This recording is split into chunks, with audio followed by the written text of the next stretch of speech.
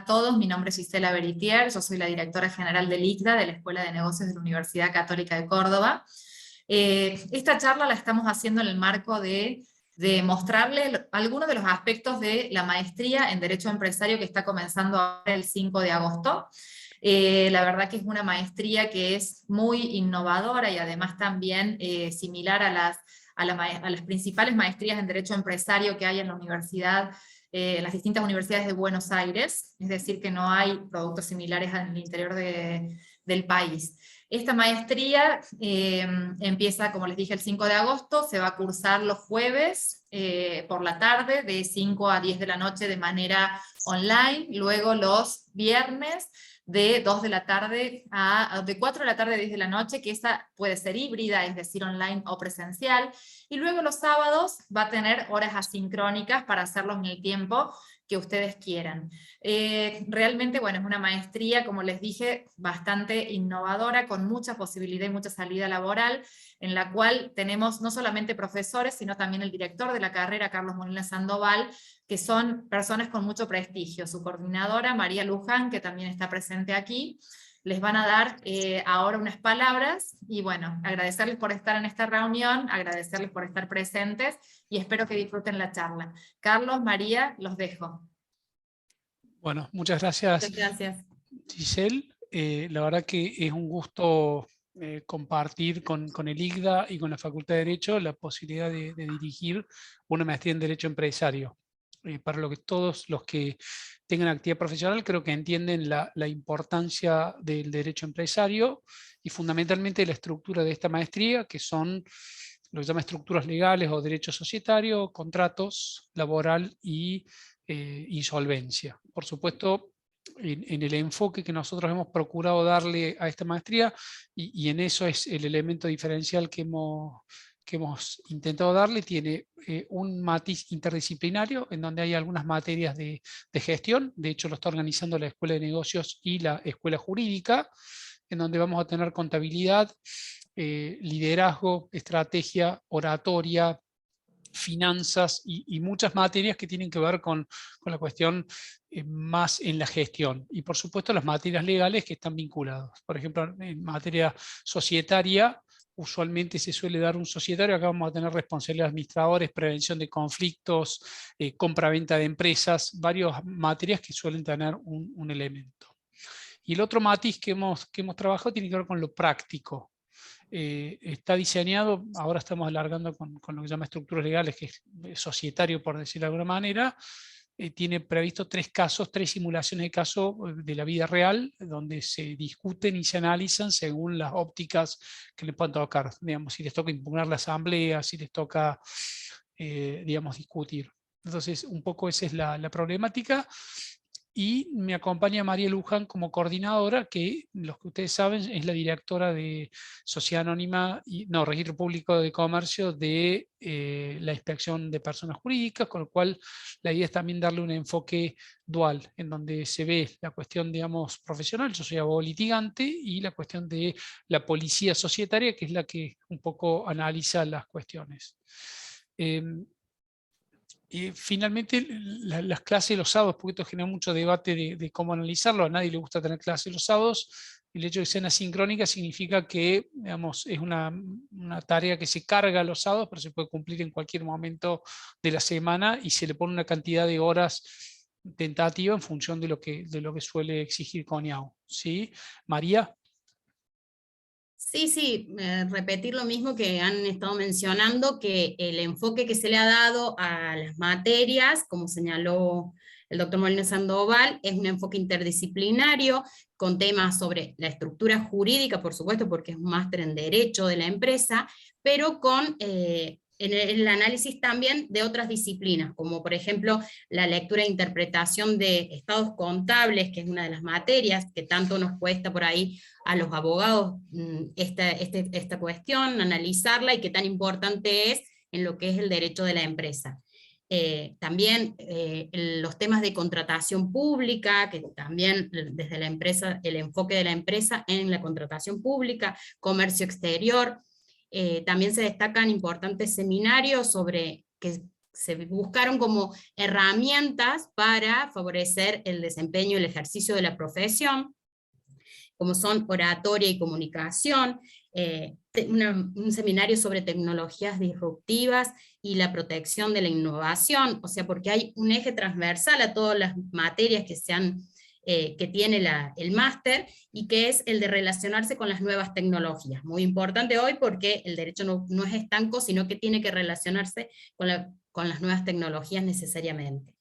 Y el enfoque práctico también que se le da a todas las materias, y lo importante de esto es el plantel de profesores que se ha elegido, que son todos destacados en el ámbito en el que desempeñan sus funciones, ya sea en el ejercicio profesional, importantes doctrinarios, miembros Contale del los Poder profes que tenemos en Judicial. sociedades, si querés, y arrancamos un poco también para darles un poco la parte de lo que vamos a contarle, los profes que ya están confirmados para sociedades. Sí, Diego Duprat, por ejemplo, los del cuerpo docente confirmado, Diego Duprat, Connie Echart, Horacio Reutemann, Tomás Capdevila, José Sala, bueno, el doctor Molina Sandoval, por supuesto, Gabriela Calcaterra, o sea, profesionales de todo el país y de todos los ámbitos, como les señalé, del ámbito del ejercicio profesional, del ámbito de la judicatura, pero siempre con un perfil sobre todo práctico, que las estructuras legales se vean desde lo práctico.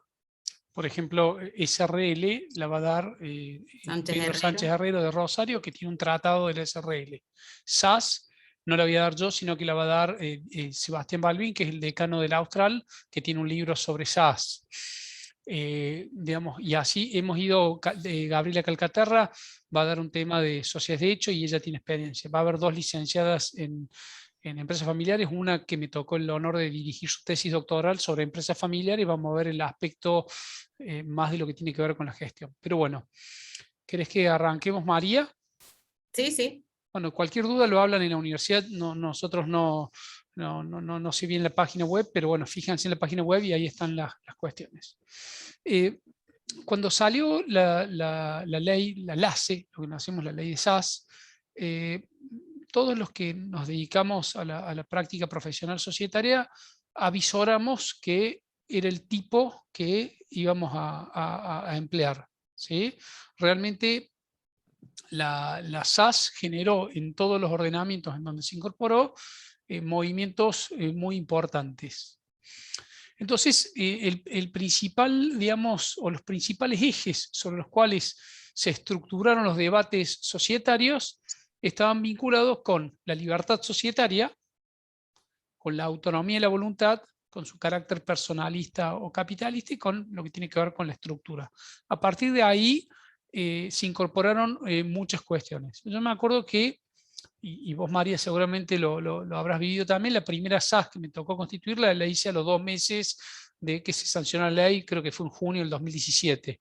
Y IPJ ni siquiera tenía hoy modelos para poder asumir, y lo que debía dictarse en 24 horas, conforme lo decía la ley, me demoró,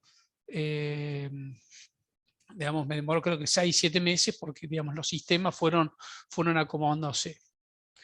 Hoy, digamos, si tuviéramos que decir cuál es la sociedad más empleada por los profesionales, cuál es la sociedad que inclusive le pueden hacer los propios digamos, interesados, es la SAS. ¿Cuál es el número que se inscribió, María, en este último año, estos 2 últimos años, en la relación SAS-SRL y Sociedad Anónima? Perdón que tengo que dejar de compartir. Y en realidad, desde que ya se puso en plena marcha el desarrollo en inspección de todo el portal para los trámites, y casi que de 10 sociedades, 8 eran SAS. Sí. Y hoy, por ejemplo, también en la práctica profesional, si uno hace un contrato de fideicomiso y quiere poner un fiduciario, muchas veces es muy común que se constituya un fiduciario a los efectos de utilizar la estructura y generar esa diferencia patrimonial que genera la personalidad jurídica societaria. Estamos hablando del artículo 2 puntualmente de la ley de sociedades, etc. Si uno analiza, digamos, la importancia que tiene la SAS en el derecho societario argentino, tiene que ver con la disrupción. O sea, pensar en SAS no es solamente pensar en un tipo societario, porque si vamos a las diferencias, es una alternativa jurídica que uno tiene entre una SRL, una SA o una SAS. Pero en lo que tiene que ver, marcó en el 2017, más la pandemia en el 2019, una bisagra en el ordenamiento jurídico que lo estamos viendo todos. Creo que la tecnología, el hecho de hoy de tener un webinario y no una charla presencial como hubiera sido hace 2 o 3 años, marca esta disrupción. Entonces, en derecho societario, si yo tuviera que decir, doctor, ¿para dónde está yendo el derecho societario? Estamos hablando primero en lo que tiene que ver con un libre mercado, una libertad de las partes, en donde se utiliza, digamos, un vehículo flexible y acorde a las necesidades que impone el mercado. O sea, esta visión de Isaac Alperín, un insigne societarista de la soberanía, del orden público societario, tiende a ser dejado de lado. Un tipo de control menor al control habitualmente, o sea, digamos, en la concepción del moderno derecho societario, digamos, hay un menor control ex ante. Esto significa el registro público, el poder de policía estatal controlando antes, y se deja, digamos, el sistema a un control societario ex post facto, que significa cuando haya un conflicto societario o cuando haya algún inconveniente, será el Poder Judicial el que dará. Esto no significa que, digamos, inspección de personas jurídicas o la policía societaria se transforma en un mero buzón. Esto fue algo que se debatió mucho en el proyecto de reforma del año 2019, creo que era, o el 2020. Después, el paradigma es esencialmente contractual. Está claro, si bien la sociedad genera un ente que se relaciona con terceros, y cuando hablamos con terceros estamos hablando con fisco, estamos hablando con trabajadores, con proveedores, con profesionales, etcétera.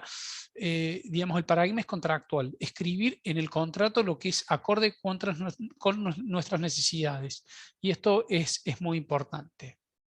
Inclusive en el modelo de la SAS, hoy también se admite la SAS como modelo, como una sociedad vehículo. Esto significa para poder desarrollar algunas actividades o eventualmente ser una controlante de alguna actividad puntual, ¿sí? Con un esquema de tipicidad abierta. Ya vamos a ver algunas ideas que me ha tocado discutir con profesores a nivel nacional en las clásicas jornadas de SAS. Si alguno ha participado de estas jornadas, hace 2 meses fue, creo que, las 5ª jornadas nacionales de SAS en Rosario, el año pasado fue en Carlos Paz en Mendoza, se han ido generando distintas. Pero en algún punto estamos hablando de una tipicidad abierta, o sea, una mayor flexibilización. El Código Civil irruptó con la modificación de la 26994 en los artículos 21-26, en donde flexibilizó, digamos, la sociedad de hecho, estableció algún mecanismo no tan duro como lo tenía la 19.550, y hoy con la SAS, en donde podemos escribir muchas cosas que no están planteadas. Objetos amplios. Esto no se aplica tanto para Córdoba, pero sí para Buenos Aires, en donde, digamos, fruto de algunas distorsiones de algunos inspectores de turnos, hay una visión muy cerrada de lo que tiene que ver. La tendencia de la oponibilidad de pacto de socios, la responsabilidad limitada como eje de cualquier sociedad, deliberación societaria virtual. Creo que hoy las nuevas tecnologías y la posibilidad de tener directorios a distancias, directorios y asambleas a distancia, generó que hoy está. De hecho, hay muchas reuniones que habitualmente eran presenciales y hoy ya la tecnología, digamos, se ater. Contabilidad en la nube, la posibilidad de que hoy pueda tener los libros contables en la nube, y la posibilidad de un registro público que haga un control más formal que sustancial en un sentido concreto. ¿Cuál es tu experiencia, María, en lo que tiene que ver con los libros societarios online o la contabilidad digital que IPJ tiene la posibilidad de controlar? Bueno, que en definitiva la ley, al prever esta determinación de que los libros para las SAS debían ser llevados sí o sí en formato digital, fue lo que planteó la necesidad de adecuar esta situación a la ley. Por eso, de hecho, fue posterior, un año más o menos de diferencia, que efectivamente se pudo brindar este tipo de solución para que las SAS cumplieran con el cometido que la ley establecía de que llevaran los libros en el formato digital.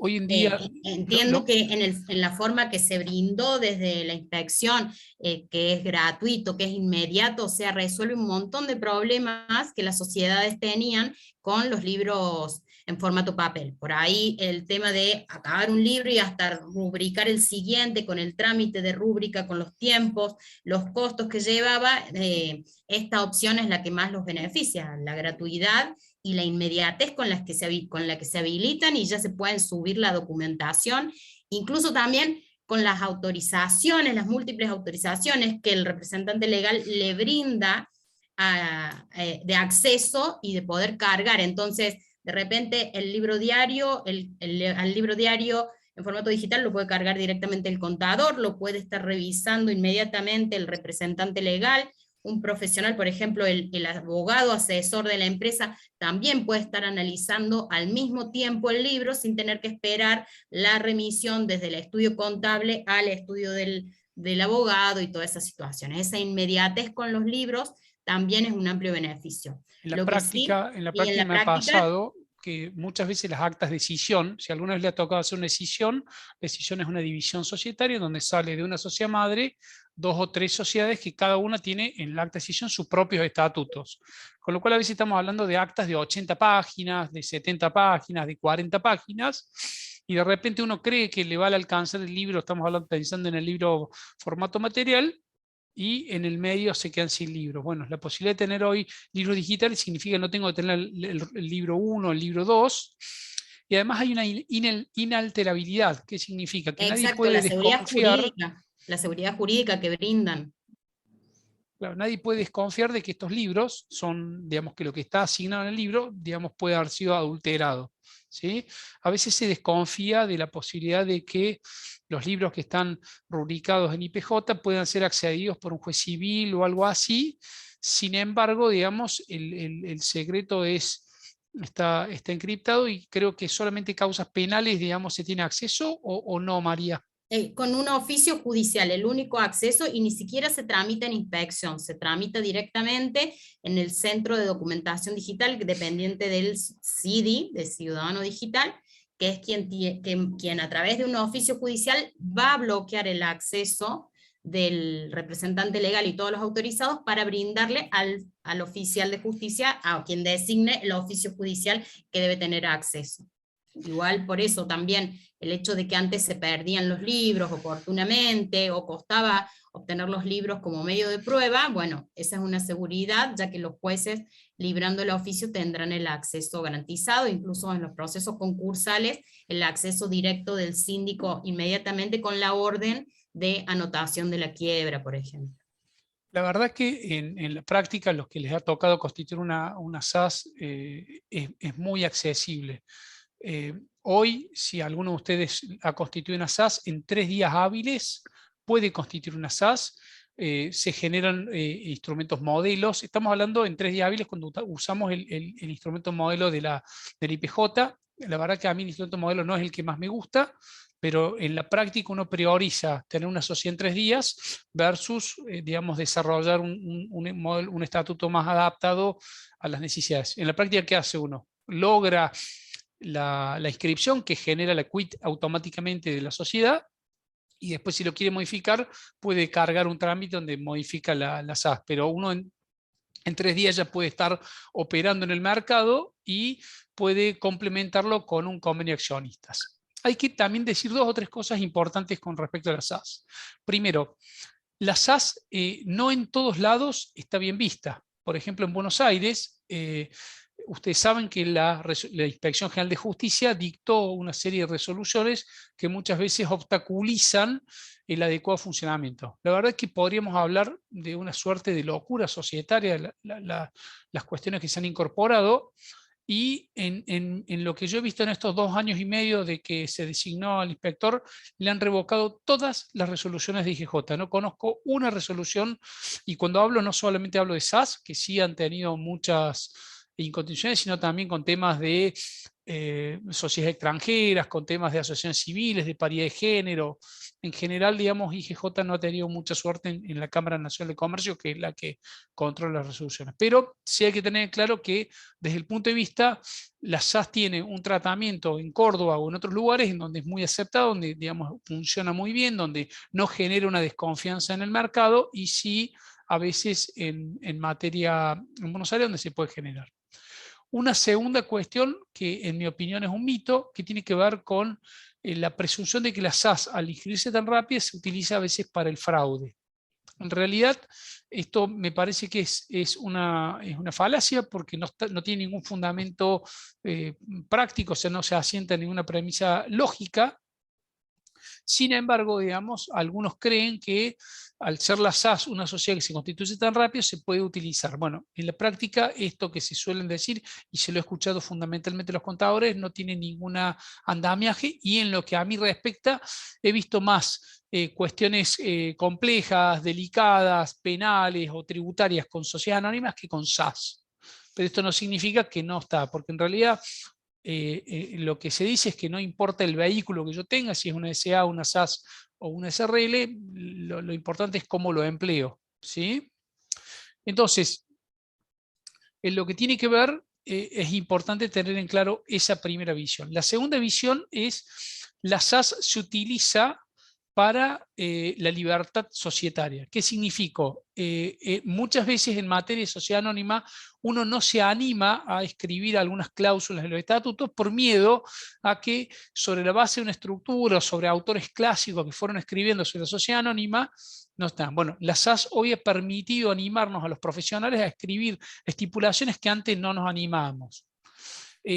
La SAS, o sea, si uno lo analiza, y ahora vamos a hablar de las normas de aplicación, podría pensar que en sentido estricto no debería haber ningún cambio. De hecho, cómo se aplica el régimen supletorio y cómo se termina aplicando el marco normativo no debería generar ninguna diferencia.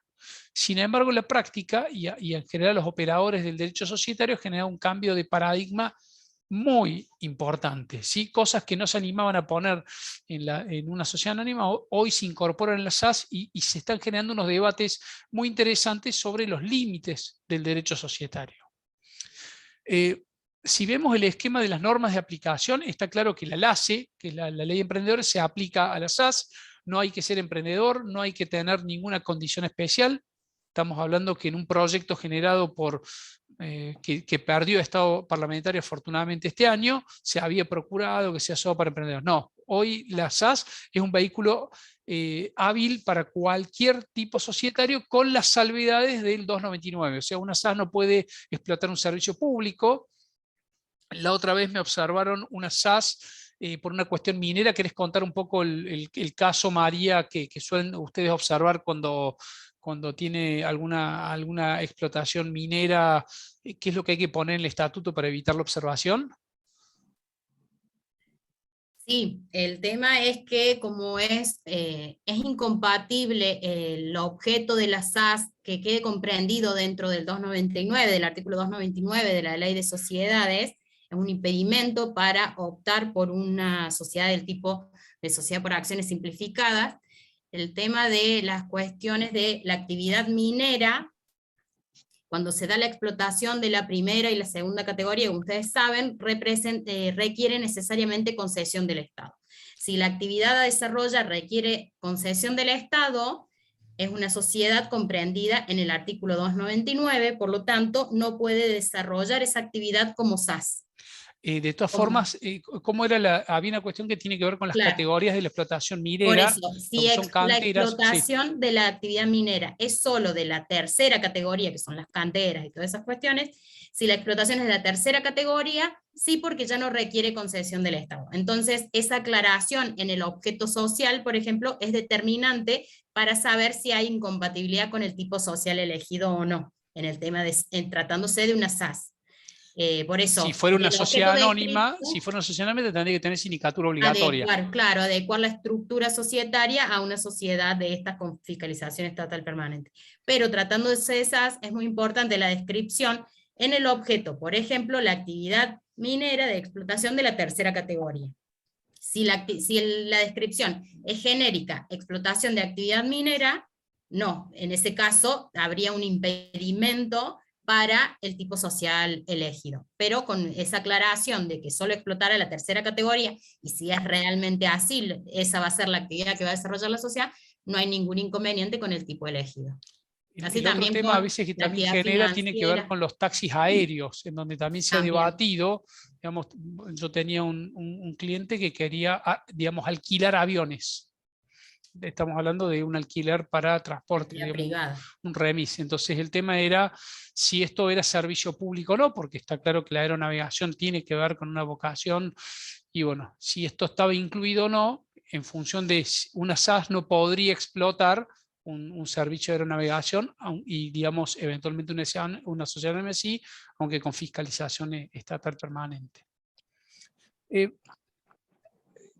Aplicación de la ley. Se aplica la ley del ACE, que en algún punto tiene algunos matices, pero tiene, digamos, una estructura que no dista de ser cualquier estructura. Supletoriamente se aplica la Ley General de Sociedades, y aquí, por ejemplo, todo el esquema de disolución y liquidación de sociedades, todo el esquema de una sociedad de hecho, todo el sistema de intervención, de remoción de los administradores, etcétera, tiene una clara aplicación. Por eso podríamos decir que todo lo que tiene que ver con el conflicto societario en términos concretos, se le aplican las normas de la ley de sociedades puntuales.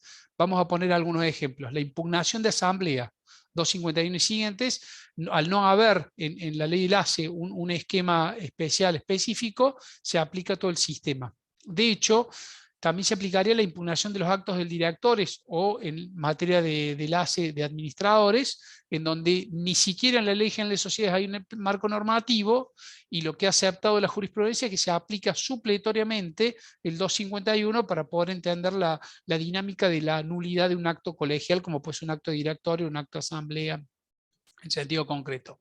Lo mismo, por ejemplo, la intervención, los artículos 103 y siguiente, lo mismo la aplicación de lo que se llama la lex societatis, que tiene que ver con la aplicación del derecho extranjero. Entonces, todo lo que tiene que ver con la estructura general se aplica en términos generales, ¿sí? Ahora bien, es muy importante entender que lo que tiene que ver con la organización interna y el órgano de administración se aplican las normas de la SRL. Y en lo que tiene que ver con la acción, con la división de la participación societaria en el título valor acción, se aplica el régimen de la anónima. Entonces es ahí donde hay que tener en claro cómo interpretamos. Lo que pasa es que la primera intuición, la primera implicación es uno dice, tendría que aplicar el régimen de anónima, porque es una sociedad. Algunos he visto, inclusive hay alguna publicación en la ley de profesores conocidos, en donde hablan sociedad anónima. Simplificada en lugar de sociedad por acciones simplificadas. Hay esos errores, sobre todo al principio. Entonces, lo cierto es que tenemos que tener en claro que cuando regulamos la organización interna se aplica, por ejemplo, la reunión de socios. Entonces yo me pregunto, ¿cómo convoco una reunión de socios si no tengo nada previsto en el estatuto? Y necesariamente tengo que convocar por una notificación a todos los socios, como convocaría en un SRL. Estamos hablando de todo un régimen de mayorías.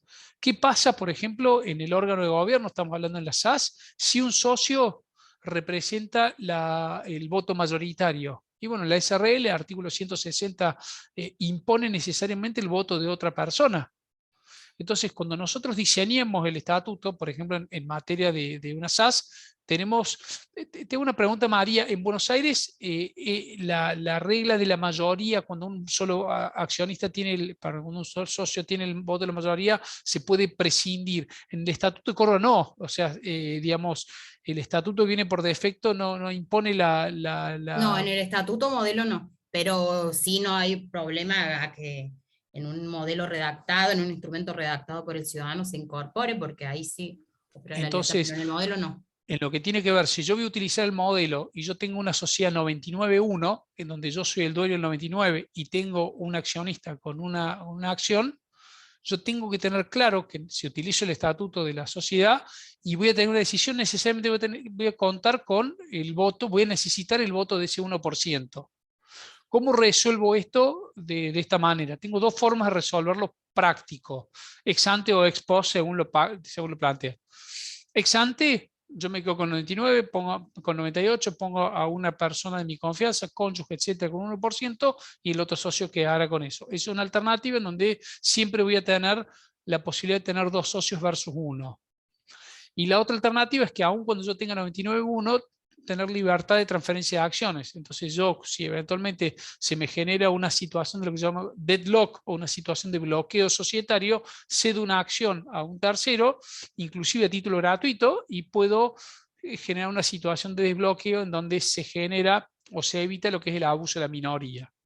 Entonces, sí. Perdón, Carlos, esas cláusulas en general siempre se ven redactadas, especialmente en los modelos que son redactados se presentan ante inspección como instrumento redactado por el ciudadano, y no se optó por esa situación, a pesar de que hubo propuestas desde Buenos Aires, de que se incluyeran todas esas cláusulas de bloqueo y todo eso, porque el instrumento aprobado, el instrumento modelo, busca evitar conflictos. Entonces, el modelo es lo más neutro posible. Luego, las partes sí pueden convenir todos estos cambios en las cláusulas y beneficiar una parte sobre otra y todas esas cuestiones como corresponda, pero el modelo es lo más neutro. Luego, en el análisis, los asesores sí pueden brindar este tipo de información para poder hacer cambios en las cláusulas propuestas. Hace no mucho me tocó discutir, estoy discutiendo aún un tema de exclusión de socio en la SAS. En un conflicto societario tramitado en primera circunscripción en Córdoba Capital, en donde la sociedad, era una acción social de exclusión, excluyó a un socio imputándole alguna inconducta societaria. Digamos, lo que llama, si ustedes recuerdan la ley, el artículo 93 habla de un grave incumplimiento de las obligaciones.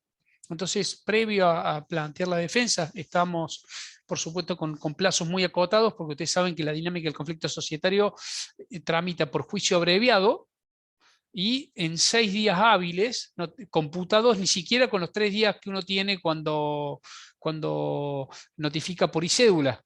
Hoy, digamos, hoy un traslado de una demanda societaria abreviada, tenés 6 días contados de que recibió la sociedad la cédula. A diferencia, a lo mejor estamos hablando de una vista que tenés 5 días más los 3 días hábiles que te suele dar el sistema. O sea, lo curioso es que para contestar una demanda tenés un plazo más abreviado que a lo mejor por una vista por 5 días. Bueno, lo cierto es que me pide un asesoramiento un cliente para contestar la demanda en estas cuestiones. Y más allá de la cuestión de fondo, que me parece que no había un grave incumplimiento y que había sido promovida luego de los 90 días que impone la ley de sociedades, porque el acto de exclusión fue anterior. Lo cierto es que lo primero que quería plantear era si se aplicaba el régimen de exclusión a la SAS o no. Y esto partiendo de una base muy clara.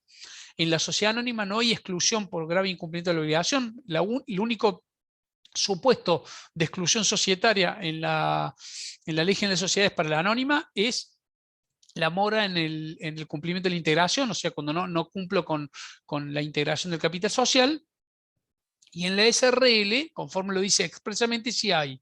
Entonces, un poco la filmina anterior de lo que hablamos era si tiene un carácter personalista o no, si el grave incumplimiento del socio puede generar alguna situación y si se puede excluir. Bueno, finalmente en el análisis que me tocó hacer, entendí y lo ratifico hoy que sí se aplica el régimen de exclusión de la SRL a la SAS. ¿Por qué? Porque el debate era si eso era necesariamente un régimen de organización interna o era una cuestión más ajena. Bueno, lo cierto es que la discusión en algún punto, y lo consulté inclusive con algunos amigos, me acuerdo una de las que estuve discutiendo es Gabriela Calcaterra, que es profesora de la maestría, y estuvimos discutiendo si se podía aplicar o no. Está claro que si yo pusiera en el modelo que el grave incumplimiento de las obligaciones del socio no admite la exclusión, no se podría generar la exclusión. Pero en ausencia de previsión estatutaria o contractual, estoy hablando del contrato societario, digamos, claramente procedería la situación. De todas formas, esto ya como un poco en la práctica de sociedad, tengan cuidado con las acciones de exclusión, pues es muy difícil. La mayoría de las acciones, el plazo de caducidad de los 90 días suele ser una cuestión que se les pasa mucho, y al ser un plazo de caducidad, ni siquiera tendría que oponerlo, digamos, el demandado de una exclusión, se podría imponer en cualquier momento de la situación, inclusive no en el alegato, porque la brevedad no tiene alegato, pero decirle al juez o en una apelación, decir que el juez debió haber declarado aplicado el derecho en términos concretos. ¿Sí? Entonces, en general, uno cuando piensa un poco en la SAS, tiene que pensar un poco en las previsiones de la SRL. Lo cual, en mi opinión, no es bueno, porque la SRL la regulación que tiene es bastante mala en términos generales. ¿sí? Es bastante, digamos, inconsistente. Por ejemplo, la SRL funciona bien para una sociedad de 2 o 3 socios, pero no funciona bien para una sociedad de 50 socios. ¿Ustedes se han imaginado armar una reunión de socios en donde hay que convocar, comunicar por carta documento a todos los socios? Bueno, hoy la modificación del artículo 75 del Código Civil, que admite el domicilio electrónico como alternativa, permite a lo mejor en una SRL y en la SAS un esquema de citación a la reunión de socios mucho más eficiente que el sistema. No sé, María, si vos has visto en general en las SAS o en las SRLs domicilios electrónicos constituidos.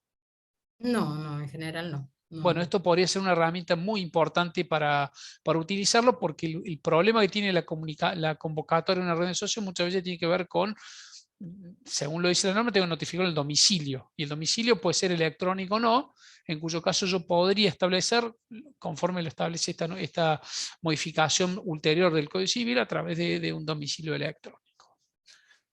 Entonces yo tengo todo el esquema de la anónima, salvo lo que tiene que ver con la estructura de la acción. Cuando yo pienso en la acción, en el régimen de transferencia de acciones, en la posibilidad de dividir, y en muchas de las normas, ahí sí se aplica el régimen de anónimas, y en eso tiene grandes ventajas. Si ustedes me preguntan qué es lo más lindo que tiene la anónima, son las acciones, es la posibilidad de estructurar y jugar con una ingeniería societaria en función de, como decía un profesor francés, el único límite es la creatividad. Entonces uno puede en la estructura societaria ir utilizando algunas cuestiones, ¿sí?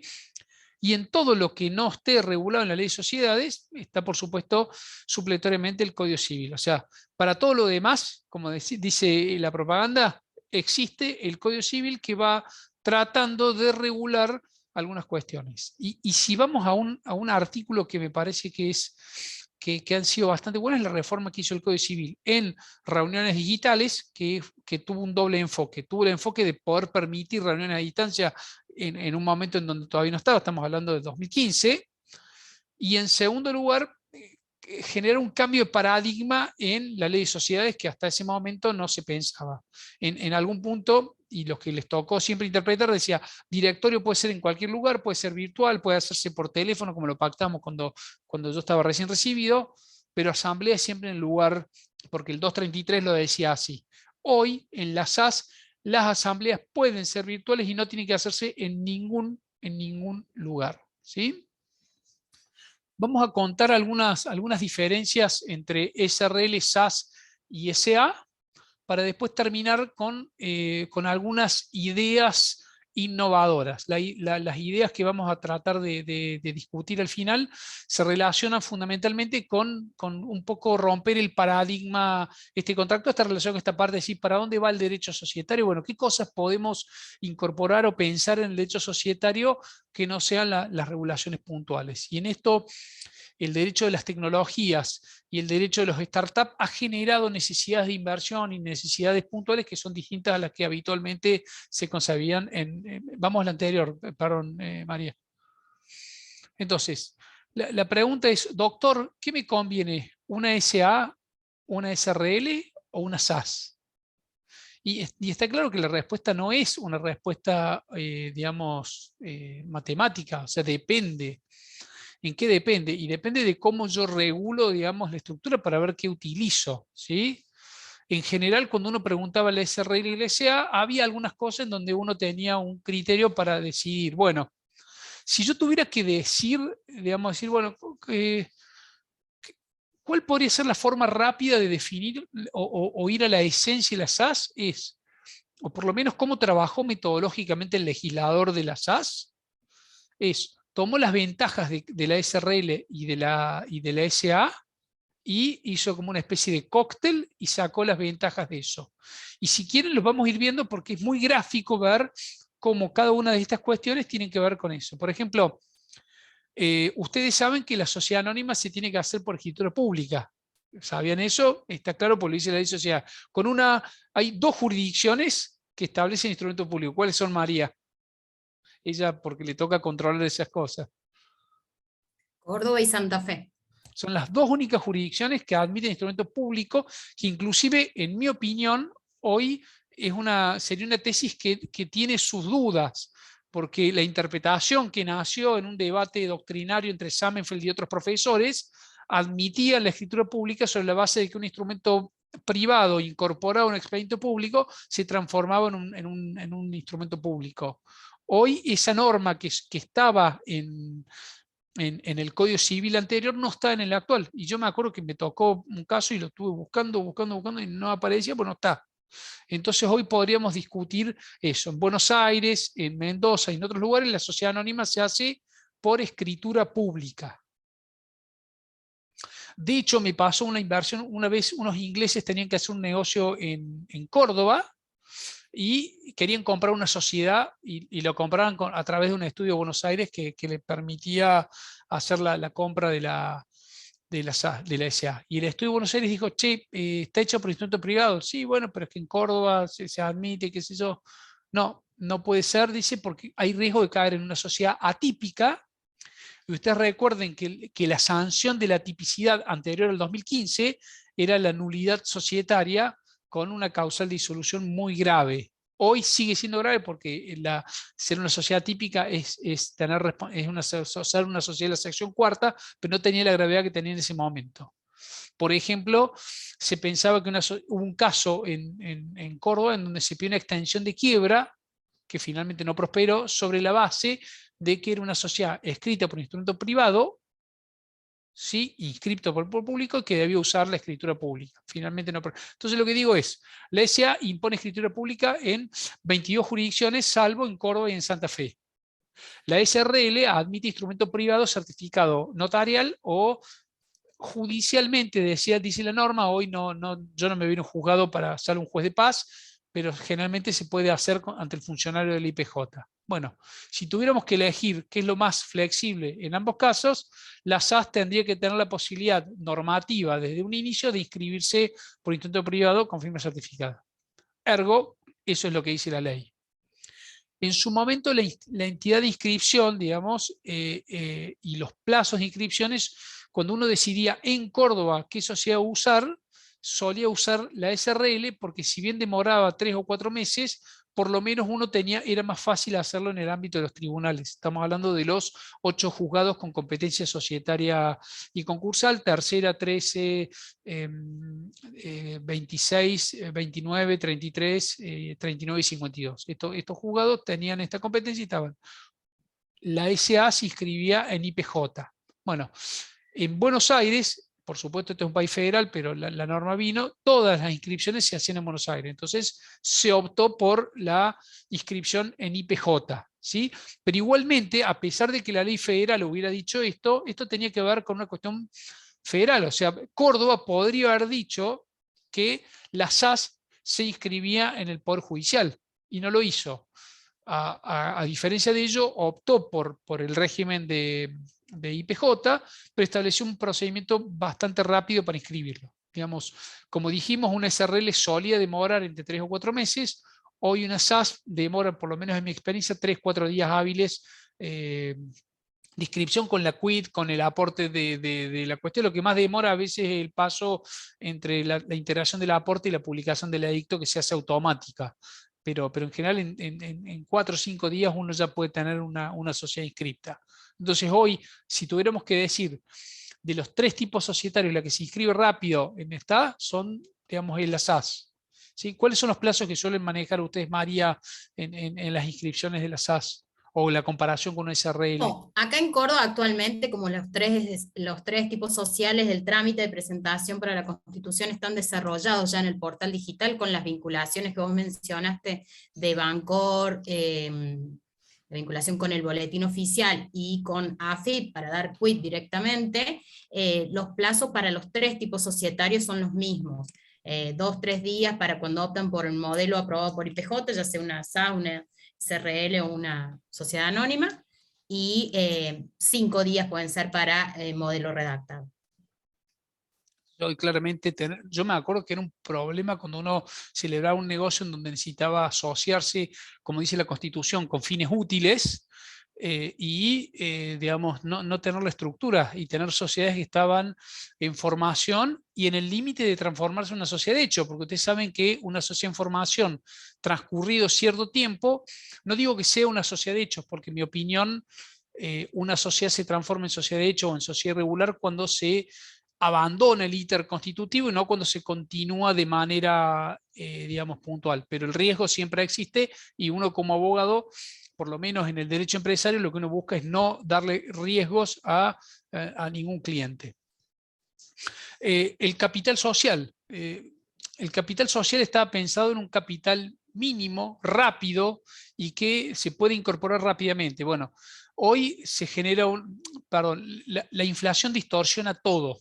¿Está claro? Y sabemos que una inflación cercana al 60, 70%, como se dicen en los periódicos económicos o en la parte económica de los periódicos, digamos, distorsiona. Bueno, el capital social de una sociedad anónima eran 100.000 pesos y se veía como alto, y el capital social de una SAS son 2 salarios mínimos vital y móvil. Me parece que en muy poquito tiempo 2 salarios mínimos vital y móvil ya van a ser más altos que el de una sociedad anónima.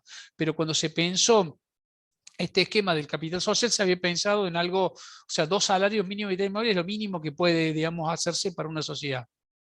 Entonces lo que quería, digamos, el sistema societario era meter rápido en el mercado una sociedad y no tener que hacer inversiones importantes, ¿sí? El número de socios. ¿Cuántos socios puede haber en la anónima? Ilimitado, ¿viste? Como dice, lo que dé en la SRL, 50. Digamos, eso es una de las razones por las cuales nunca he visto un barrio cerrado que sea un SRL. No porque no pueda ser en su momento, antes de los conjuntos inmobiliarios, digamos, está, pero bueno. Entonces, en esa cuestión, hoy la SAS puede tener un número ilimitado de socios, ¿sí? Y esta posibilidad de ilimitada de socios hace que pueda tener un vehículo ágil como un SRL con número ilimitado de socios. La posibilidad de exclusión, ya hemos hablado que en la SRL se puede excluir, en la SA no, y en mi opinión esto podría tener una doble valoración. En algunos casos puede ser bueno poder excluir al que molesta en la sociedad, y en otros casos puede ser una herramienta, digamos, demasiado personalista para la situación. Pero lo cierto es que en los startups, digamos, el matiz personal que suele haber en los startups es importante, no es indiferente con quienes se asocia. Otra cuestión puntual tiene que ver con la cesión de las participaciones societarias. Y en esto sí hay una grave ventaja de la SA con respecto a una SRL. Transferir las participaciones societarias de una SA, digamos, se puede hacer en 2 minutos, 2.30 minutos, donde uno prepara una sesión de acciones que puede tener una sola cláusula, que es Juan cede a Pedro. Inclusive si fuera una donación, en su momento se debatió dentro de los consejos profesionales de escribanos, los consejos, colegios de escribanos, etcétera, si al ser una donación de un bien registrable, tenía que hacerse por escritura pública o por instrumento privado con firma certificada.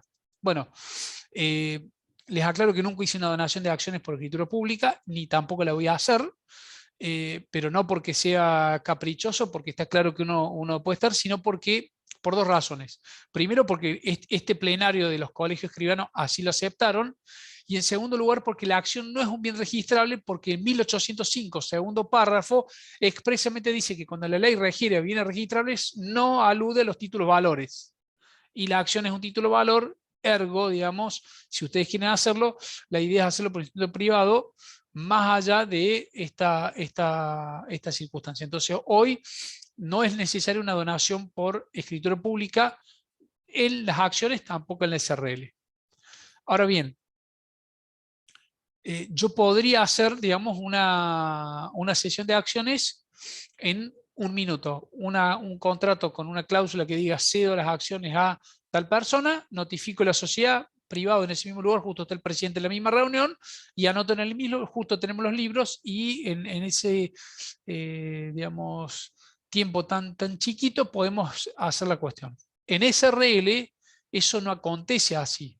En SRL tenemos que hacer una reunión de socios o tenemos que hacer la inscripción de la sesión, que tiene que tener sí o sí firma certificada, y eso tiene que tener una registración en el registro público de comercio, o registro público en realidad.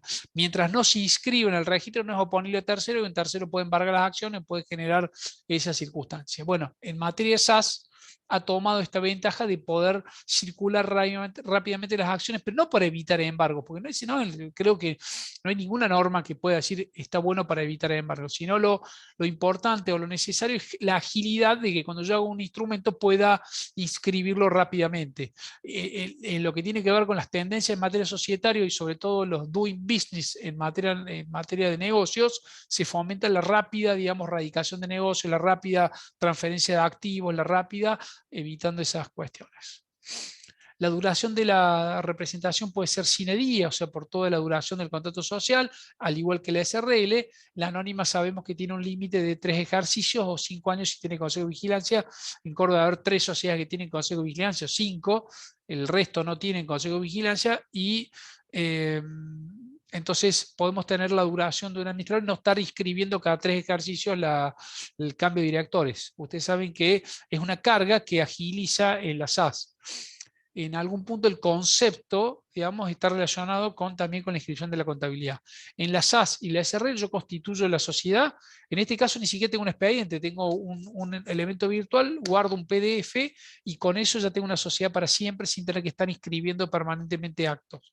En la sociedad anónima, si bien hoy no se exigen en Córdoba, no así en otras jurisdicciones, la inscripción de contabilidad en IPJ anualmente, sí se requiere cada 3 años el cambio de ejercicio.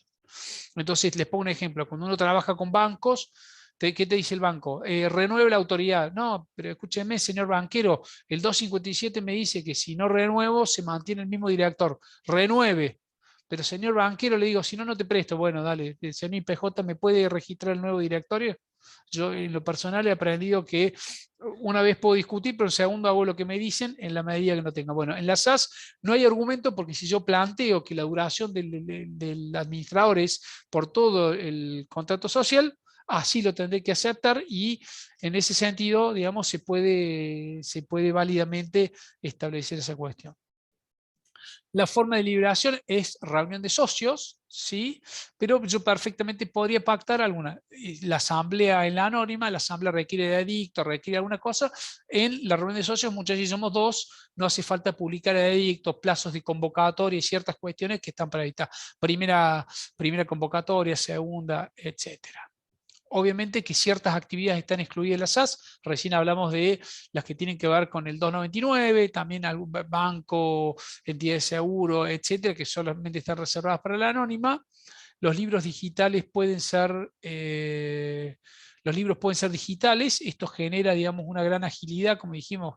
Registrar el libro con un clic es fantástico. Yo me acuerdo, hace no mucho, teníamos que hacer un expediente con 70 páginas o ir a alguna empresa que imprimía los libros para que nos haga el trámite y siempre, digamos, tenía todo un sistema. Bueno, hoy esta posibilidad de los libros digitales está bien. Si yo después tengo que acreditar, digamos, dónde está rubricado, lo que tengo que hacer es pedir el certificado de IPJ y, por ejemplo, que tengo que presentar un concurso preventivo, debería indicar cuál es el último folio, en qué manera salió la rúbrica del libro para tener claro la identificación del libro en el sentido digital.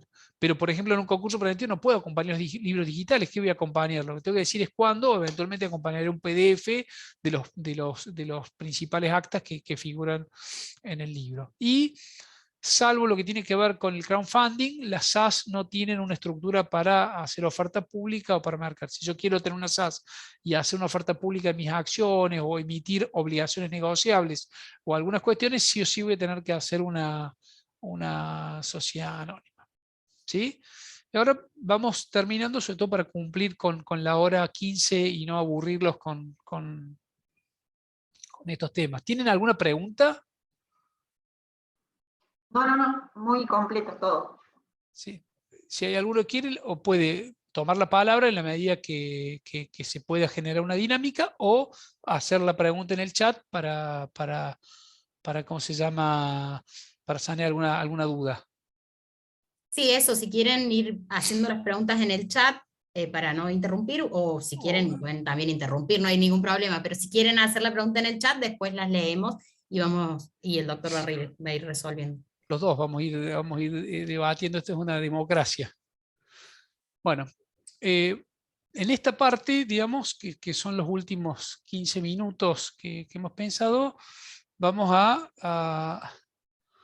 ¿cómo se llama?, a charlar, digamos, algunas cuestiones. O sea, básicamente, esto podría decir algún día, alguna noche que me desvelé, digamos, y decir qué cosas podríamos cambiar en el derecho societario que puedan sumar, ¿sí? Y la semana pasada, la otra, no me acuerdo hace cuánto tiempo, habrá sido hace 15 días, me tocó dar una charla. Bueno, no me acuerdo dónde la di la charla, era sobre, en Entre Ríos. Lo que pasa es que hoy lo virtual hace que sea muy difícil entender, pero eran unas jornadas preparatorias del Congreso de Derecho Societario, que se va a realizar en octubre en Córdoba, y en esto debatíamos sobre qué podíamos incluir en la regulación de reunión de socios, ¿sí? La primera pregunta que me hago, y se la hago a ustedes: yo podría, en la regulación de socio, en lugar de dejar la regulación de socio, escribir un sistema de asambleas tal cual está en la sociedad anónima. ¿Qué piensan?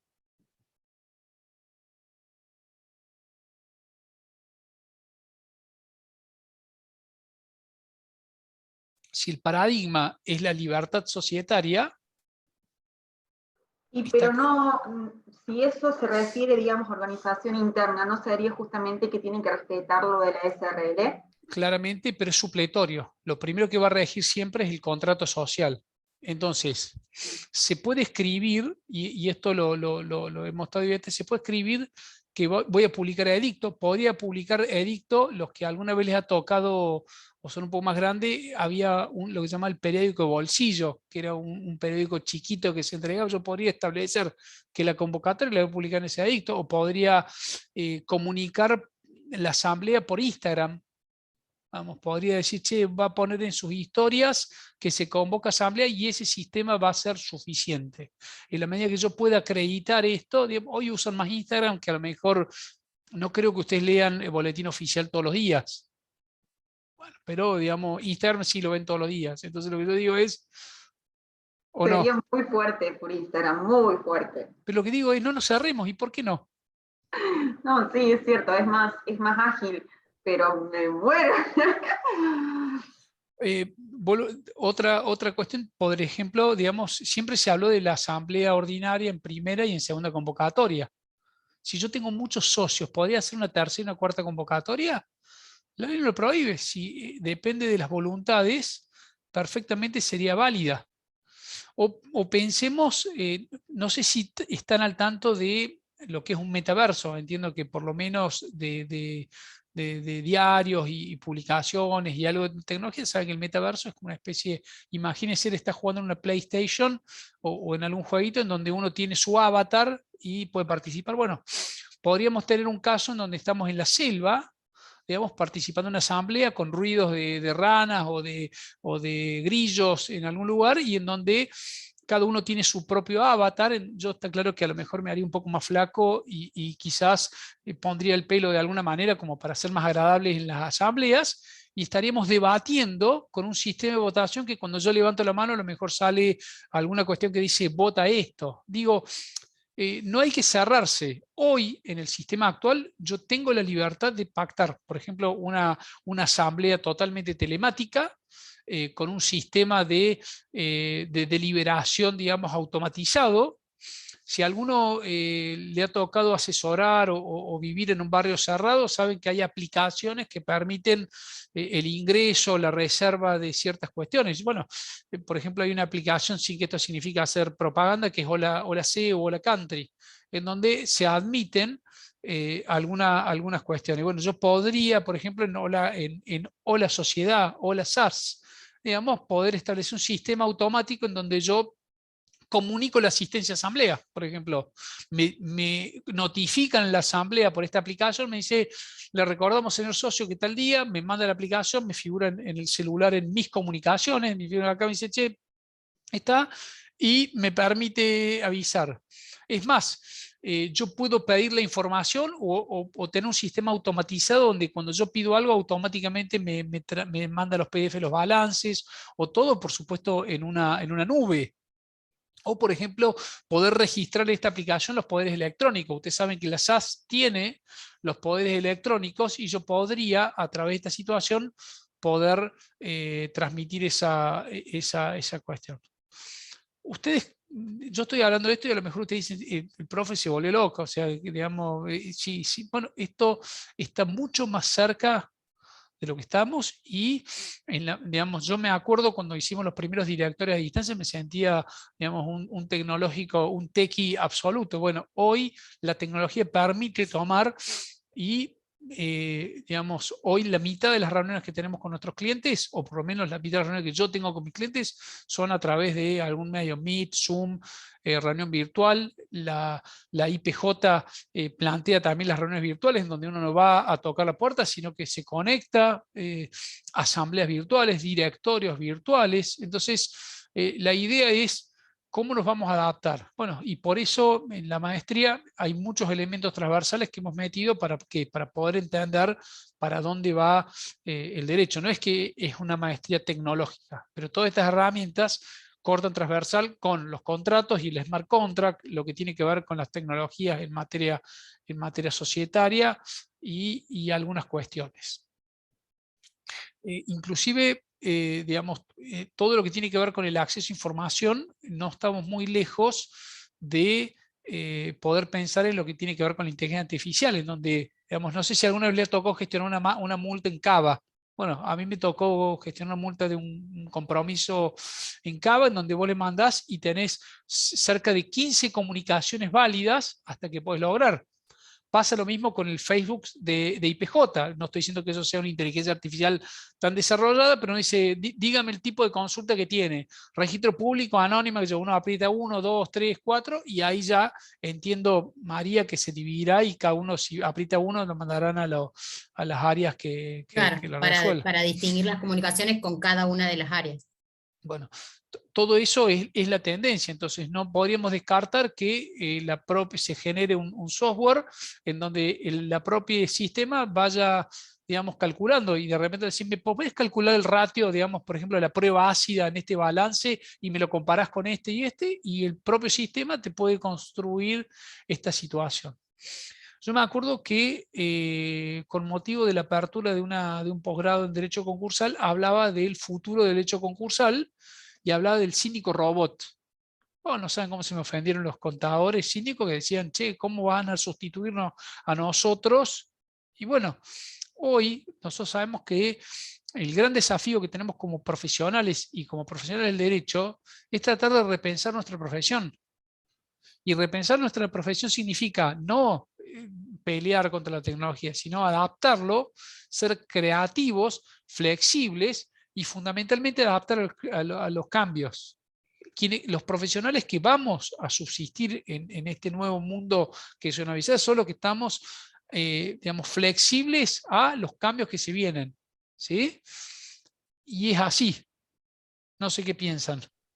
Y pero profesora, a ver, yo sí, contadora, por supuesto, voy en contra, pero síndico robot, por el tema de la responsabilidad de los bienes a cargo del síndico, por ejemplo, ¿cómo lo podría gestionar? No, está claro que, digamos, primero no se puede hablar de un síndico robot de una manera absoluta, pero hay muchas funciones como el informe general, muchas funciones como son el sistema de verificación de crédito, el cargado, la documentación, etcétera, que se va a automatizar. De hecho, la inteligencia artificial, digamos, en todas las tareas que son automáticas va a tender a reemplazarlo.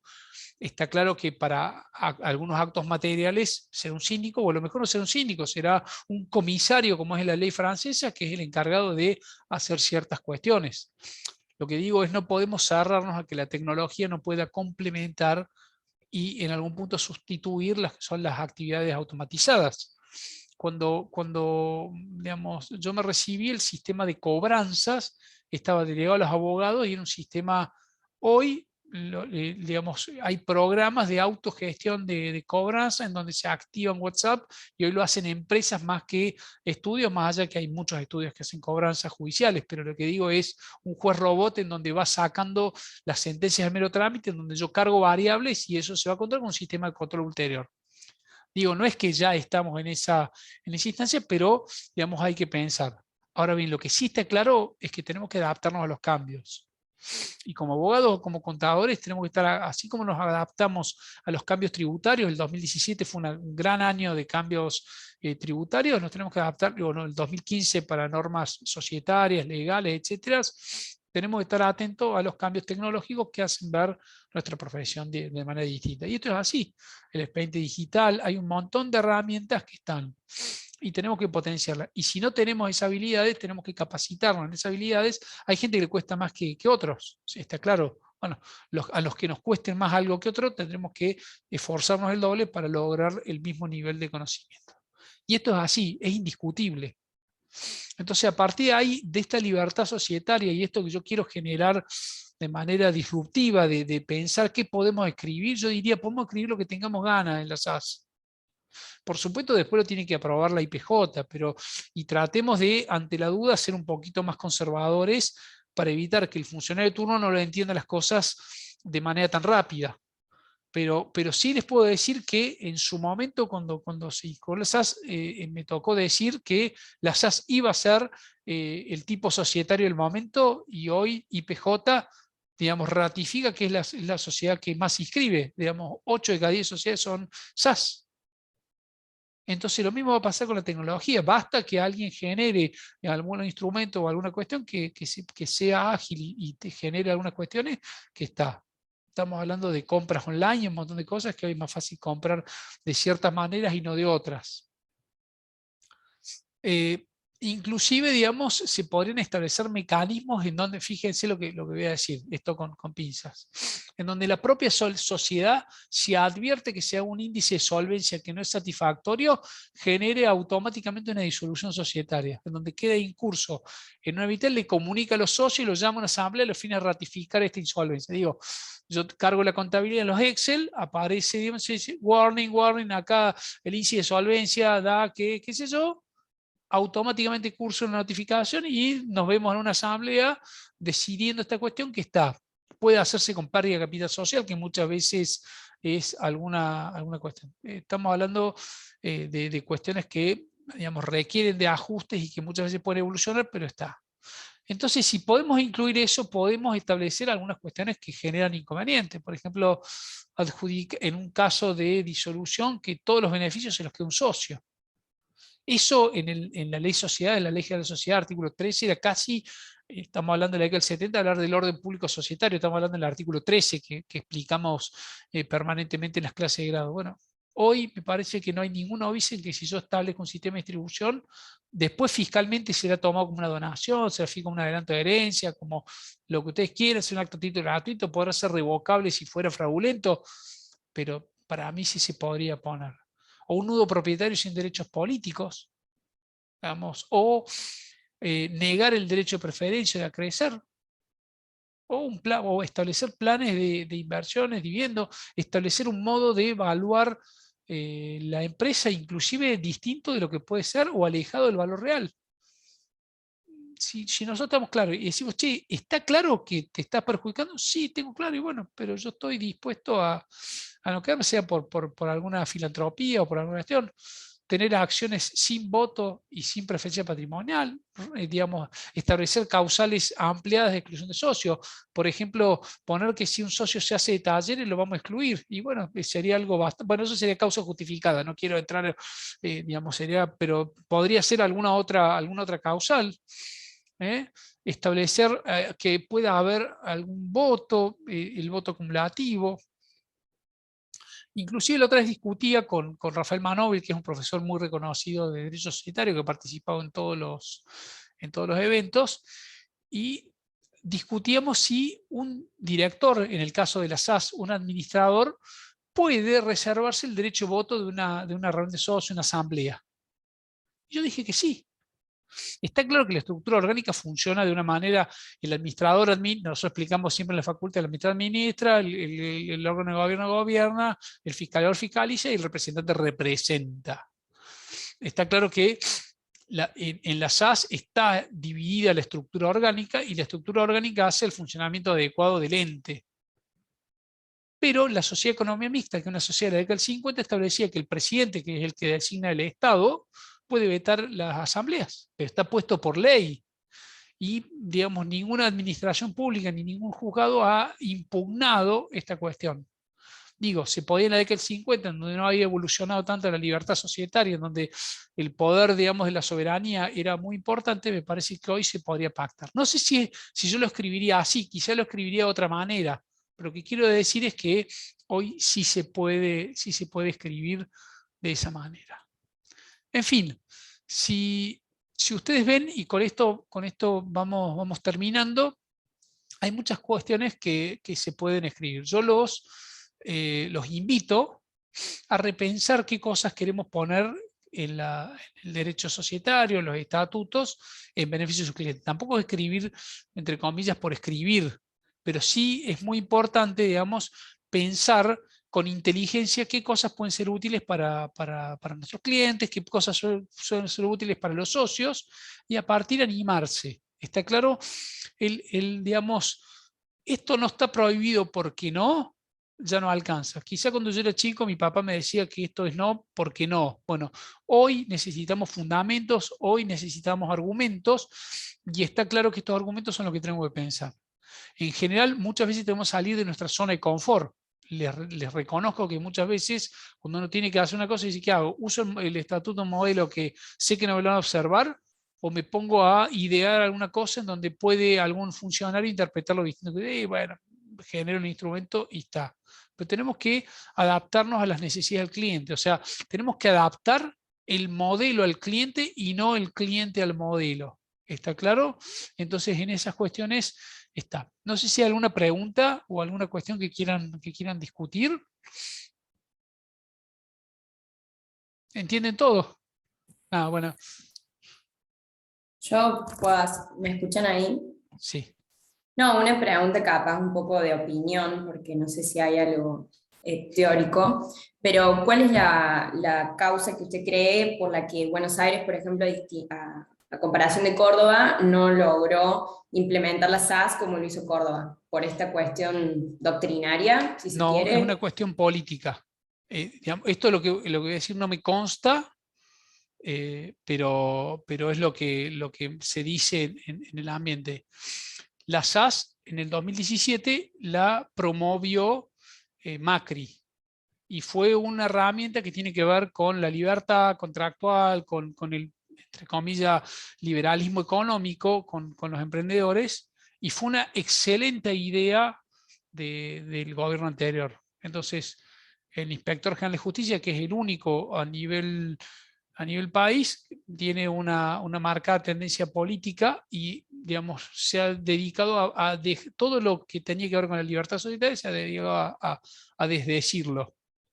Y el problema que generaba es que al principio muchas inspecciones a nivel federal la reconocían, porque Buenos Aires tiene un perfil técnico mucho más importante que otras, y tendían a copiar hasta que se dieron cuenta que eran un mal ejemplo. No sé si querés decir algo, María. Sí, que también hay, a la pregunta esta que está haciendo Agustina, es que hay un problema también con el tema del portal en el que se desarrollan los trámites digitales en la ciudad autónoma. Una de las primeras resoluciones que adoptó la Inspección General de Justicia fue suspender la presentación de los trámites en formato digital. Se debía necesariamente a que ese portal estaba relacionado con otro ministerio, con el Ministerio de Tecnología, de Modernización, perdón, de la Nación, y entonces la documentación que debía resguardar Inspección General de Justicia como organismo a cargo del registro público no la tenía bajo sus pautas de seguridad y bajo su control directo. Necesariamente esa información se almacenaba en este trámite digital que tienen previsto, que lo administra otro ministerio. Entonces, bajo esas normas, es que se suspendió el proceso de presentación en ese formato. Luego la presentación volvió a hacerse en formato papel, lo que lleva más tiempo. También se presentó el proyecto de exigirle requisitos específicos para la inscripción de SAS, que los miembros, los integrantes de la sociedad fueran inscriptos previamente como emprendedores, que se limitara solamente para emprendedores y bajo, no cualquier persona que pueda identificarse como emprendedor, sino bajo determinadas circunstancias tributarias y otras cuestiones que iba a establecer el registro que se generara en consecuencia para los emprendedores. Entonces, la suma del trámite, la suma de ese proyecto de ley modificando las condiciones para los integrantes, fue que desalentó en la Inspección General de Justicia la presentación. No ha dejado de presentarse, desalienta, pero no deja de presentarse. Bueno, estas son las resoluciones también que se han dictado de la inspección, tienen sus fundamentos volcados en dichas resoluciones, pero puede ser que también a eso se deba, a esa razón se deba. El proyecto no fue tratado, no es ley, con lo cual no existe esta condición, por eso en general la SAS no ha desaparecido y por eso sigue siendo el instrumento más elegido, pero fueron situaciones que llegaron a que se limitara la presentación de sus trámites a lo mejor en la jurisdicción de la ciudad autónoma. Gracias por las respuestas. No, inclusive esto genera, a mí me pasó en una decisión que estábamos discutiendo con los clientes en el marco de estas resoluciones en IGJ y este proyecto. Entonces me decía, doctor, ¿qué hacemos? Cuando hacemos la decisión, ¿transformamos en SAS o transformamos en otras anónimas? Pues la SAS tiene las ventajas que hemos hablado. Y tomar una decisión donde veías que políticamente podía estar yendo para el lado de la derogación de la SAS, genera miedo. Si le estoy metiendo al cliente en un problema, después va a tener que reconvertir, transformar el proyecto, era horrible. Si ustedes me preguntan, ¿cuál fue el peor proyecto de reforma societaria que te tocó leer en tu vida? Pero esto no lo digo por una cuestión, era realmente feo, digamos, feo desde cómo estaba redactado, desde la metodología, desde las palabras que inclusive se utilizaban. Bueno, finalmente, por suerte, le aconsejé seguir con una SAS, porque digamos, hoy tiene una SAS y no un tipo más complejo, más pesado. ¿Alguna otra pregunta? ¿Alguien que...? Bueno, si te parece, entonces, con esto cerramos, si no hay ninguna duda. La verdad que, bueno, el gusto de charlar. Y digamos que nos quedamos con la tarea de pensar el derecho societario de manera distinta. Hay muchas cosas para escribir. Creo que, digamos, nosotros que somos las generaciones más jóvenes tenemos que estar pensando en qué cosas podemos incluir y qué cosas podemos aportar. Y bueno, también los invitamos, creo que en el chat quedó el vínculo con el ICDA, por si quieren más información sobre la maestría que se presentó y que se va a desarrollar a partir del 5 de agosto, cualquier inquietud que ustedes tengan para que se les brinde mayor información, se pueden comunicar por ese medio. Muchas gracias. Gracias a todos. Gracias. Hasta luego. Gracias. Gracias. Gracias. Muchas gracias. Chao, chao.